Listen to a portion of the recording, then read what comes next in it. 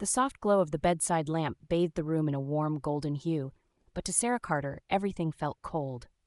She sat on the edge of the bed, her fingers trembling as she held a medical report in her hands. The words blurred together, but she had already memorized them. Patient, Emily Dawson.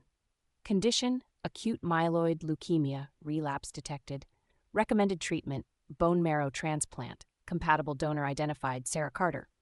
Sarah's stomach twisted into knots. 2 years ago, she had willingly donated her bone marrow to a stranger, believing she was saving an anonymous life. She never imagined that the recipient was Emily, her husband Daniel's first love, his so-called white moonlight, the woman he had never been able to let go of. And now Emily was sick again. The realization hit Sarah like a tidal wave. She wasn't Daniel Carter's beloved wife. She was nothing more than a walking bone marrow bank. The bedroom door creaked open, and Daniel walked in, his dark blue eyes sharp and filled with an unsettling determination. "Sarah," he said, his voice calm but firm, "we need to talk." She looked up at him, her pulse pounding in her ears. She already knew what he was going to say. "I got a call from the hospital," Daniel began, crossing the room toward her. "Emily's condition has worsened. She needs another transplant." Sarah tightened her grip on the report. "I know," she said quietly. Daniel exhaled in relief, mistaking her calmness for agreement. He reached for her hands. "Sarah, I need you to donate again," she swallowed, forcing herself to meet his gaze. "I can't." A flicker of surprise crossed his face. "What do you mean you can't?" Sarah placed a hand over her stomach. "I'm pregnant." For a moment, Daniel didn't react. It was as if he hadn't heard her. Then his eyes darkened. "Sarah, you know how important this is." She let out a bitter laugh. "Important to who? To Emily? To you?" "To saving a life," Daniel shot back. "Sarah, this is bigger than us. Emily is dying. You're the only one who can save her." "And what about our child?" she asked, her voice rising. "What about our family? Does that mean nothing to you?" Daniel pinched the bridge of his nose as if she was being unreasonable. "Sarah, we can have another child, but Emily only has one chance at survival." The words cut her deeper than any blade could. Emily Dawson had always been a presence in their marriage, even when she wasn't physically there. Daniel never spoke about her often, but Sarah could see it in the way his expression softened whenever her name was mentioned. He had married Sarah, but his heart had never truly belonged to her. Now everything made sense. The way he had pursued her so quickly, the way he had eagerly married her. It wasn't love. It was necessity. She was his last resort. His perfect match for Emily's bone marrow type. Sarah clenched her fists. "Tell me the truth, Daniel. Did you ever love me?" His hesitation was enough of an answer. Sarah felt her breath hitch. "You married me for my bone marrow, didn't you?" Daniel's jaw tightened. "Sarah, don't lie to me," she snapped, standing up. "I need to hear you say it." His silence spoke louder than words. Tears burned at the corners of her eyes, but Sarah refused to let them fall. She took a deep breath, steadying herself. "So let me get this straight," she said. "You want me to abort our child so I can donate my bone marrow to Emily?" Daniel hesitated before nodding. "Sarah, please, it's not just about Emily. It's about doing the right thing." "The right thing?" she repeated, laughing bitterly. "And what happens to me? Do I just keep giving and giving until there's nothing left of me?" Daniel reached for her, but she stepped back. "Sarah, don't do this. We can figure something out." She shook her head. "No, you already figured everything out, didn't you? I was just too blind to see it." Sarah turned away, feeling as if the walls were closing in on her. She had to get out of here. "Where are you going?" Daniel asked. She paused at the door, her voice cold and unwavering. "Somewhere where I'm not just a walking bone marrow donor." And with that, she walked out, leaving behind the man who had never truly loved her. Sarah sat in the living room, staring blankly at the ultrasound scan on the coffee table. The tiny image of her baby, no bigger than a bean, was the only thing anchoring her in this storm of betrayal. She had spent the entire night tossing and turning, replaying Daniel's words over and over again. "We can have another child." The cold indifference in his voice still sent a shiver down her spine. How could he be so heartless? A sudden knock at the door shattered the silence. Sarah frowned. She wasn't expecting anyone. A part of her dreaded that it might be Daniel, back to continue their argument. Taking a deep breath, she pushed herself off the couch and walked toward the door.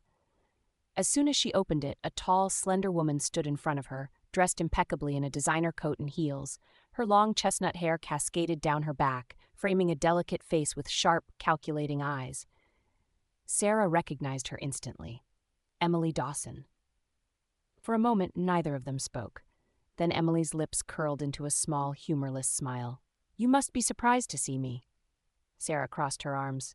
"No, I'm just wondering how shameless you have to be to show up at my doorstep." Emily's smile faltered, but she quickly regained her composure. She stepped inside without waiting for an invitation, her eyes scanning the apartment with mild disdain. "Let's cut to this," she said, turning back to Sarah. "You know why I'm here." Sarah's stomach twisted in anger. "I do, but I think you overestimated your influence if you thought I'd actually entertain this conversation." Emily let out a small laugh. "Come on, Sarah. Don't be so dramatic. I'm just here to make you an offer." Sarah watched as Emily pulled out a sleek leather wallet and extracted a checkbook. With practiced ease, she wrote down a number and tore the check off, holding it out. $500,000, Emily said smoothly. "This should be more than enough to cover the cost of an abortion. You'll also have money left over for a fresh start." Sarah stared at the check, her body rigid with disbelief. "You're actually bribing me to kill my own child?" Emily sighed as if Sarah was the unreasonable one. "Look, I get it, you're attached. But you have to be practical. This isn't just about you. Daniel and I."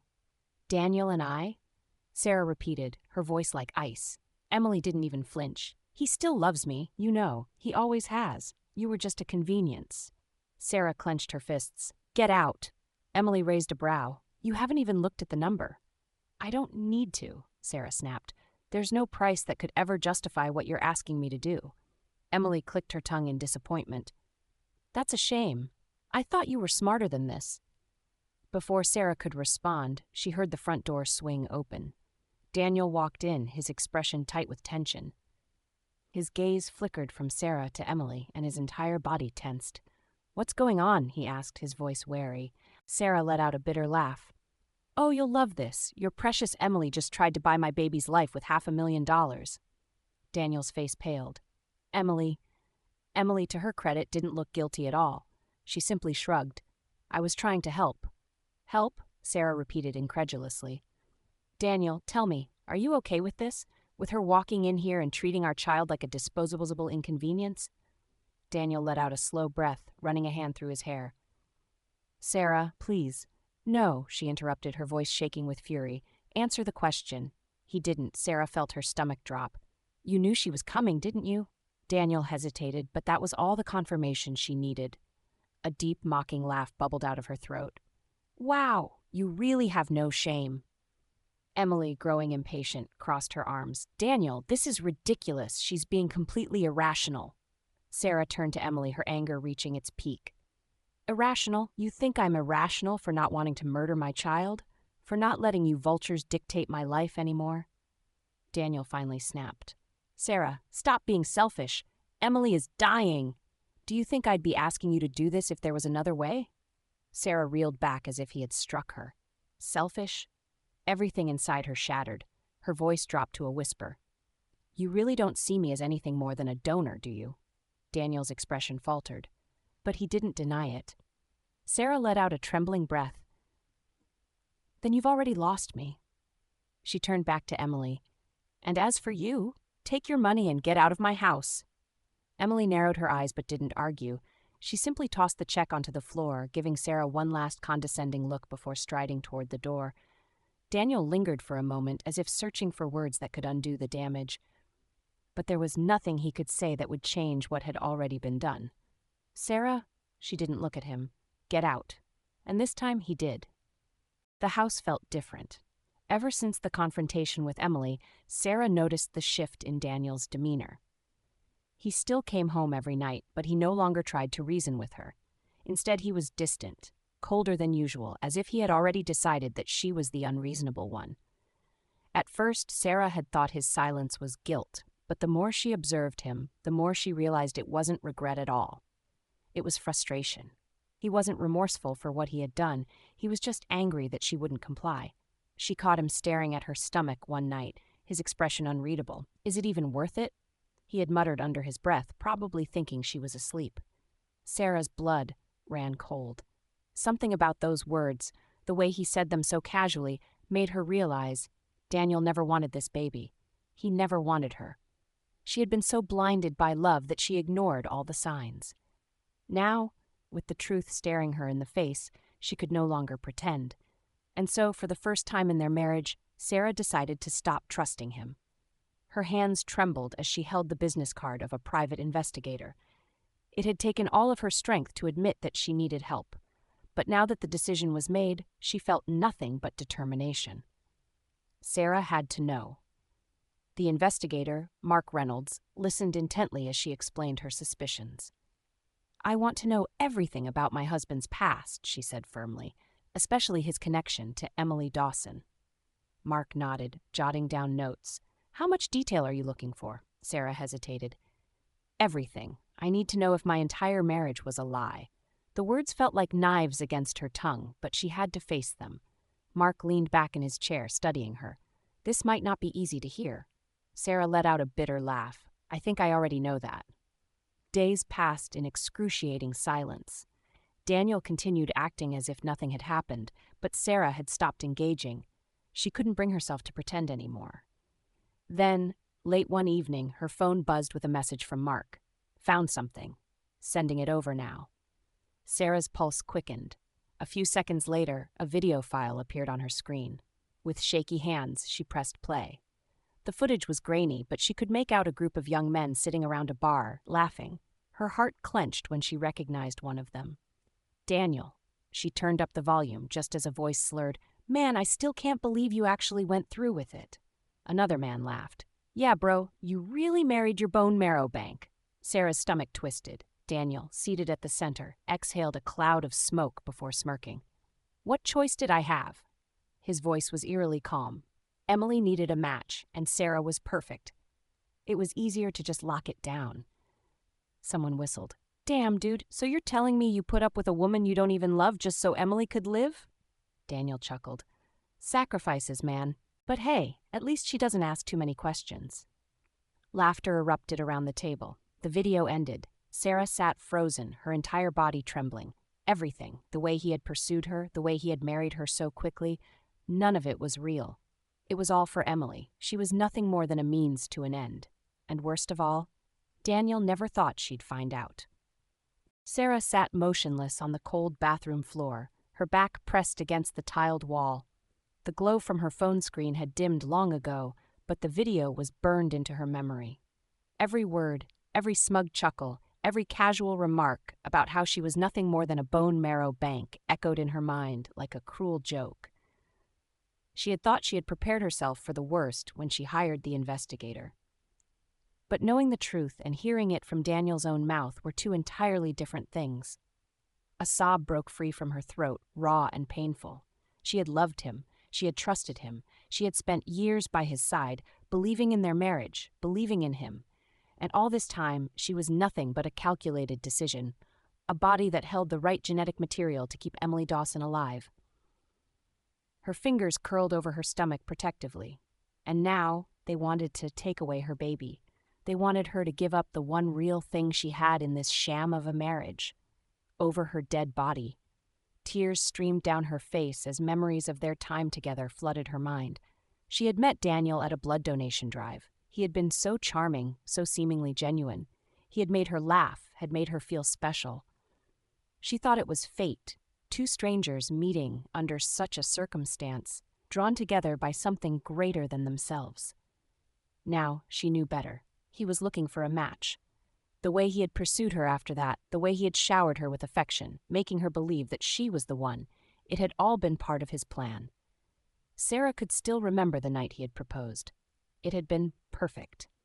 A private rooftop dinner, fairy lights twinkling in the night sky, soft music playing in the background.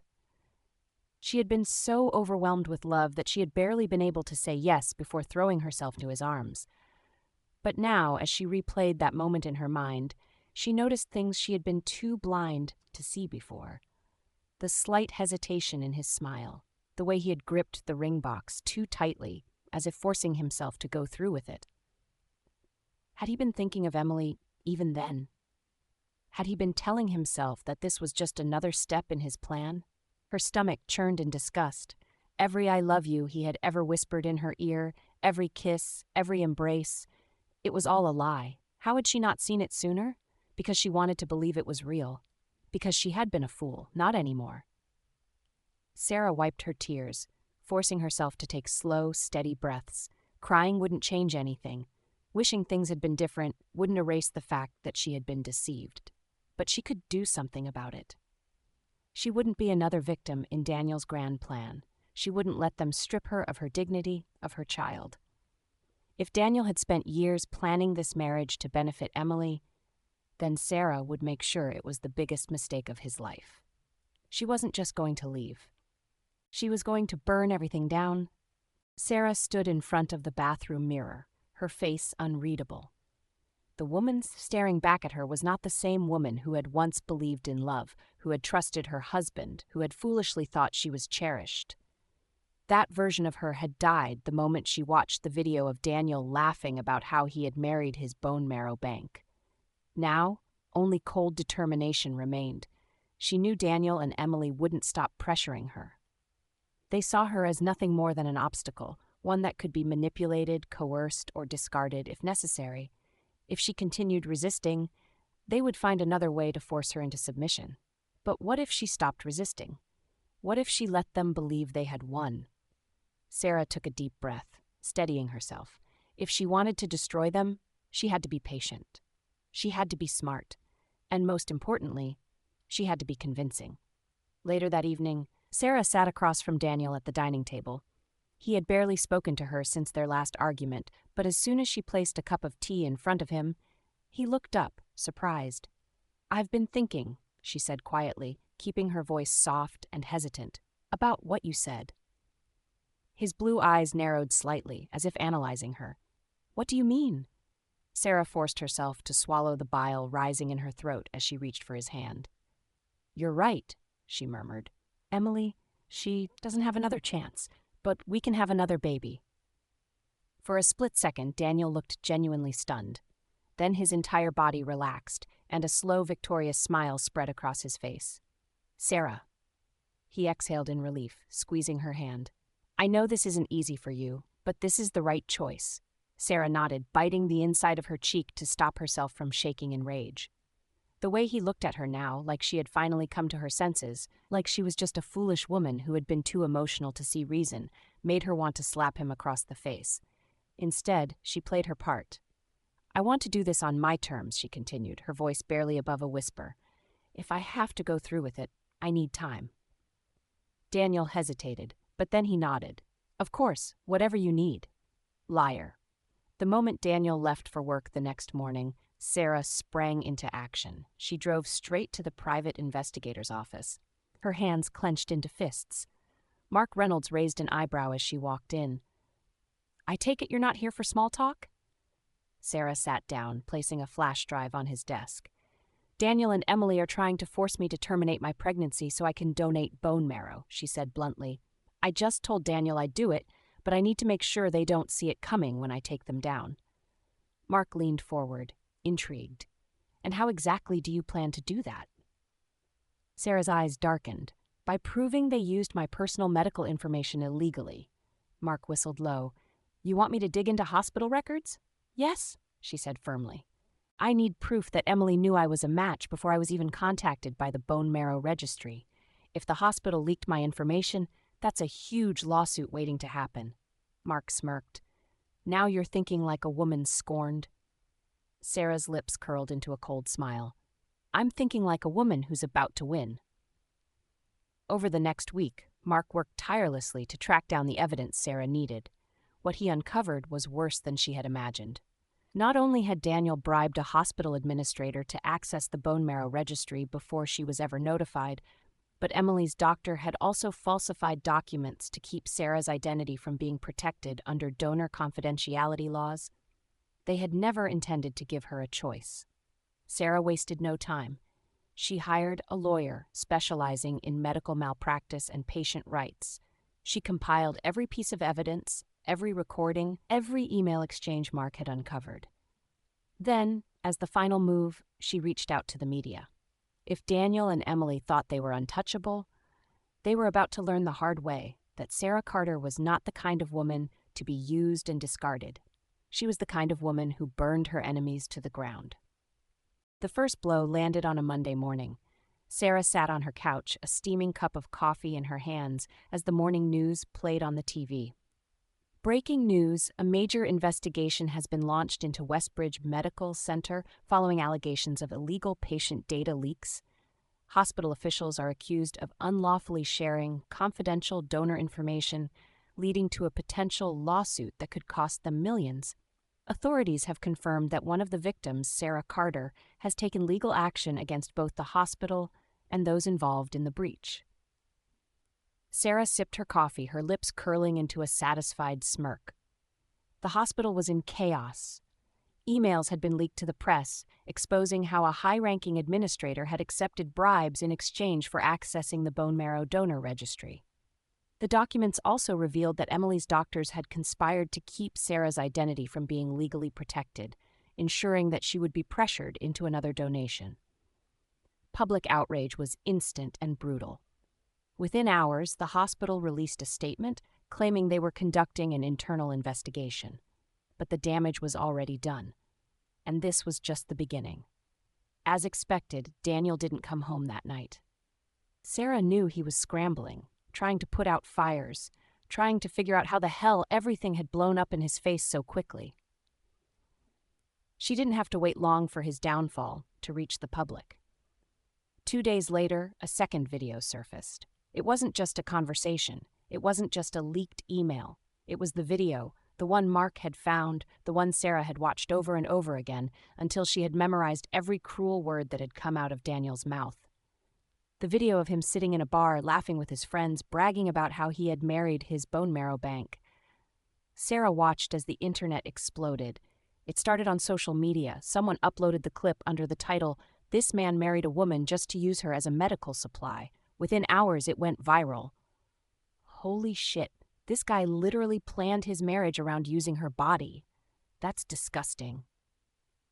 Imagine thinking you're in love, only to find out your husband sees you as nothing but a donor match. I hope she sues him for everything. Men like this are why I have trust issues. I feel so bad for Sarah. The backlash was immediate. Daniel Carter, once a respected businessman with a perfect reputation, was now the most hated man on the internet. Sponsors pulled out of his company. Investors distanced themselves. His business associates issued statements condemning his actions, trying to save their own images. Even his own employees started resigning, not wanting to be associated with a man who had deceived his wife into marriage for her bone marrow. By the time Daniel finally showed his face again, the damage was irreversible. Sarah was expecting a confrontation with Daniel. What she wasn't expecting was Emily to show up at her doorstep first. It was pouring outside when Sarah opened the door. Emily stood there, drenched from head to toe, her eyes wild with desperation. "You did this," Emily whispered, her voice hoarse. Sarah crossed her arms. "If by this you mean exposing you and Daniel for the disgusting people you are, then yes, I did." Emily took a shaky breath. "You don't understand. I need your help." Sarah laughed, an actual laugh, full of disbelief. "Help? You want my help?" Emily's hands trembled. "The hospital called me today," she admitted. They said that your bone marrow can't be used anymore." Sarah's stomach clenched, but she kept her expression neutral. "Why?" Emily swallowed hard. "Because you're pregnant," she whispered. "The fetal factors in your blood have changed the composition. They said that even if you agreed to donate, my body would likely reject it." Sarah tilted her head. "So what you're saying is all of this, all the manipulation, all the threats, the bribery, it was all for nothing?" Emily let out a ragged sob.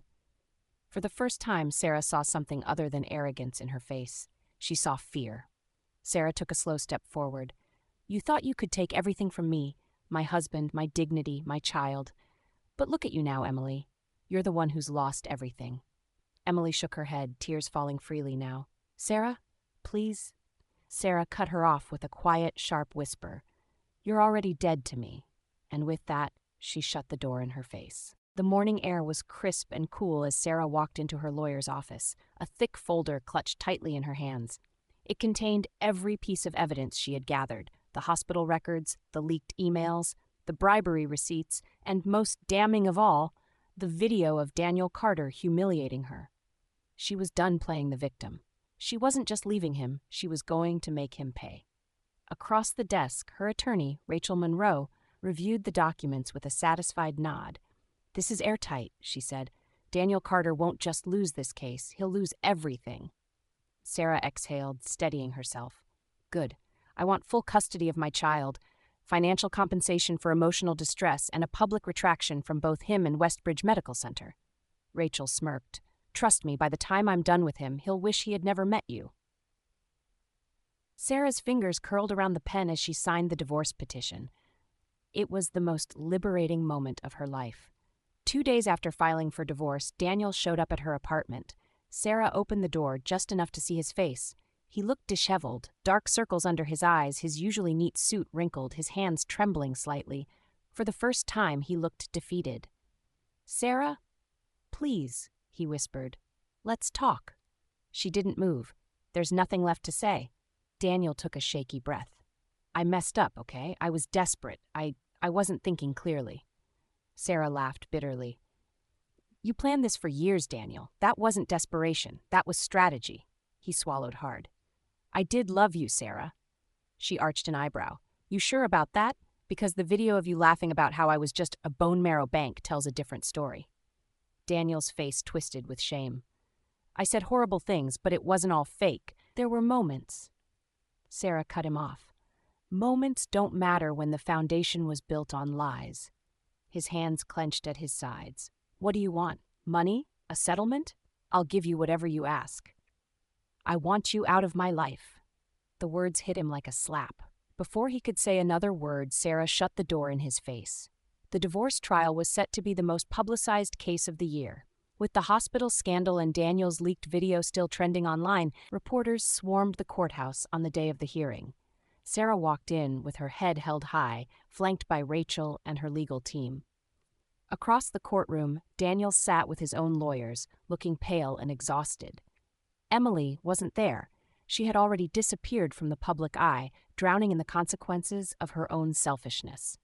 The proceedings began. Rachel presented the evidence methodically, each piece a nail in the coffin of Daniel's reputation. The jury watched in stunned silence as the video of him mocking Sarah played on the screen. Gasps echoed throughout the courtroom. The judge's face was unreadable, but Sarah could see the disgust in his eyes. Daniel's lawyer attempted to defend him, but there was no way to spin this into something salvageable. By the time closing arguments were made, the outcome was clear. The judge's verdict was swift and brutal. Sarah was granted full custody of her unborn child. Daniel was ordered to pay substantial alimony and damages for emotional and psychological distress. Westbridge Medical Center was also found guilty of violating Sarah's medical privacy, leading to a class-action lawsuit that would haunt them for years. As Sarah stepped out of the courthouse, flashing cameras surrounded her, but she no longer felt overwhelmed. She had won. She had taken back her life. And Daniel Carter, he was nothing more than a cautionary tale. Emily Dawson had always been beautiful, untouchable, and confident, the kind of woman who walked into a room and commanded attention. But now? Now she was a ghost of her former self. Her once radiant complexion was sickly pale, her high cheekbones hollow, and her once shiny hair hung limp around her shoulders. The chemotherapy had drained her, and the stress of the public backlash had destroyed whatever dignity she had left. She had lost everything. Her reputation was ruined. Her health was failing, and worst of all, Sarah's bone marrow was no longer an option. With trembling hands, Emily clutched her phone, staring at Sarah's name in her contacts. She had tried everyone, every specialist, every connection she had once taken for granted. But nobody wanted to touch her case, not after the scandal that had rocked the hospital and destroyed Daniel's career. There was only one person left, one person who could save her. And she knew exactly what Sarah was going to say. But she had to try. The knock at Sarah's door was weak. Sarah had been expecting this. She had known from the moment Emily had disappeared from the public eye that eventually she would come crawling. She opened the door, and there she was, Emily Dawson, barely standing, her eyes filled with desperation. Sarah didn't move. What do you want? Emily licked her chapped lips, trying to find the words. Please, she whispered. I know I don't deserve this. I know I was horrible to you, but Sarah, I'm dying. Sarah tilted her head. And? Emily flinched. You're the only match. Please. If not for me, then no. Emily gasped as if the word physically hurt her. Sarah, please. You're not like me. You're a good person. Sarah leaned against the doorway, arms crossed. You're right, I was a good person, and you and Daniel took advantage of that. You lied to me, you tried to destroy my life, and you wanted me to kill my own child just so you could live a little longer. Emily sobbed. I wasn't thinking, No, you were thinking just fine, Sarah cut her off coldly. You just thought I was weak. Emily fell to her knees, tears streaming down her face. I don't want to die. Sarah's expression remained unreadable. Then she leaned in slightly and whispered, That's not my problem. And with that, she shut the door in Emily's face. Emily sat there, her entire body shaking. She had begged, she had humiliated herself, and still Sarah had turned her away, her hands curled into fists. This wasn't how it was supposed to go. She was supposed to be the one Daniel loved, the one people adored. Sarah was supposed to be a footnote in her story, and now she was nothing. Her phone buzzed in her pocket. She scrambled to grab it, hope flickering in her chest. Maybe it was Daniel. Maybe he had finally... The message was short. Don't contact me again. Emily's world shattered. Even he had abandoned her, the man who had sworn he would do anything for her, the man who had married another woman just to save her. Now that she was no longer useful, he had discarded her just like that. Emily let out a hysterical laugh, her hands trembling as she clutched her phone. This was karma, and there was nothing left for her but the cold, empty silence. The final divorce papers arrived on a crisp autumn morning. Sarah sat by the window of her new apartment, the golden sunlight spilling across the wooden floors as she held the documents in her hands. It's over. No more Daniel. No more lies. No more waking up every day wondering if the person she loved had ever truly loved her back. She signed the last page with a steady hand and exhaled slowly, feeling lighter than she had in years. Daniel had fought to salvage his reputation, but with his career in ruins and his name forever tied to a public scandal, there wasn't much he could do. His last attempt at an appeal had been denied. Sarah had won. And now, she was free. She looked down at her stomach, placing a gentle hand over the small curve that had begun to form. It's just us now, baby, she whispered, but that's more than enough. For the first time in a long time, she felt at peace. With Daniel and Emily out of her life, Sarah threw herself into her work. She had once dreamed of expanding her business, of making something truly hers, and now, without the weight of a toxic marriage holding her down, she finally had the chance. Days turned into weeks, and soon she was busier than ever, meeting clients, signing contracts, building something that had nothing to do with Daniel Carter. And she was thriving. Her confidence had returned, her laughter came more easily, and for the first time in years, she felt truly alive. But she hadn't expected him. It happened on a rainy afternoon at a small cafe downtown. Sarah had been reviewing paperwork, absent-mindedly stirring her coffee, when someone accidentally bumped into her table, knocking over her drink. "Oh, shit! I'm so sorry!" She looked up, startled, meeting a pair of warm hazel eyes. The man standing before her was tall, with tousled dark brown hair and a sheepish smile. He held up his hands in surrender. "I'll buy you another one. Least I can do after nearly drowning your files." Sarah blinked, caught off guard by the easy charm in his voice. She should have been annoyed, but instead, for the first time in a long time, she smiled. "Fine," she said, leaning back in her chair, "but only if you don't spill that one too." He laughed, extending a hand. "Ethan Cole." She hesitated for only a second before shaking it. Sarah Carter. Maybe this was nothing. Maybe he was just a stranger in a cafe. Or maybe, just maybe, this was the start of something real. The once respected Daniel Carter was now nothing more than a disgraced businessman, abandoned by colleagues, shunned by society, and drowning in debt. His company had crumbled under the weight of lawsuits, and no one wanted to be associated with a man who had manipulated his wife for bone marrow. Everywhere he went, people whispered, "That's him, the guy who used his wife like a medical supply store." Serves him right. What kind of monster does that? Emily never found another donor. Despite desperate searches, experimental treatments, and last-minute pleas to doctors and old acquaintances, her condition deteriorated rapidly. The stress of public backlash and the betrayal from Daniel had taken its toll on her already fragile body. In her final days, she was alone. No Daniel, no supporters, no one left who cared. The woman who had once been the center of attention, the one who had always gotten what she wanted, now lay in a cold hospital bed, staring at the ceiling, knowing that the end was near. When the news of her passing reached Sarah, she felt nothing.